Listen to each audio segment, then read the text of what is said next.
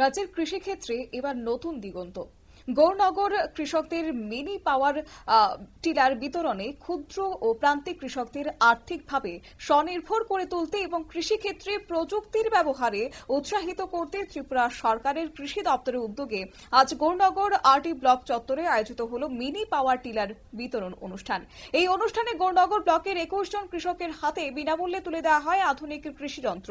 Mini power tiller প্রতিটি যন্ত্রের বাজার মূল্য প্রায় ৭৫,০০০ টাকা, যা সম্পূর্ণভাবে সরকারি সহায়তা সরবরাহ করা হয়েছে।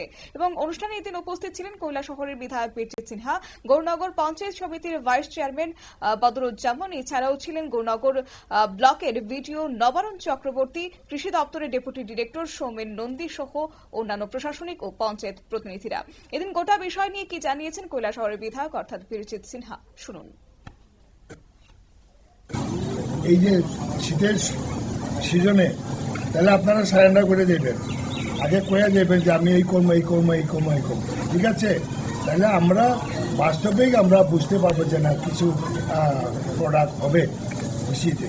কারণ আমাদের কৈলাসহরে বাইরে নির্ভরশীল শাকসবজি, কারণ আমাদের এখানে যা প্রোডাক্ট হয় তা দিয়ে কৈলাসহরের যে চাহিদা মিটে না। এবং যে উদ্যোগটা নিয়েছে আমি খুবই খুশি হয়েছি যে এটা একটা ফলপ্রসূ হবে। এবং আমাদের এইদিকে খারিফ মৌসুম কয়নি রবি মৌসুমে এবার এই ব্লক যাতে মানে একটা উল্লেখযোগ্য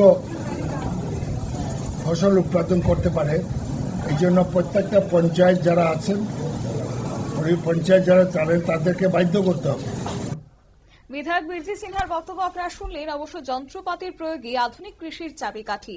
রাজ্য সরকার যে দিশায় এগোচ্ছে তাতে কৃষকের উৎপাদনশীলতা যেমন বাড়বে, তেমনই খরচ কমবে, পাশাপাশি কমবে পরিশ্রম। এই যন্ত্রগুলির সঠিক ব্যবহার হলে আগামী দিনে আরও বৃহৎ পরিসরে কৃষকদের এই ধরনের সহায়তা দেওয়া সম্ভব হবে বলে জানিয়েছেন বিধায়ক বীরজিৎ সিনহা। নিয়ে নিয়েছে ছোট্ট একটি বিজ্ঞাপন বিরতির সঙ্গে থাকুন।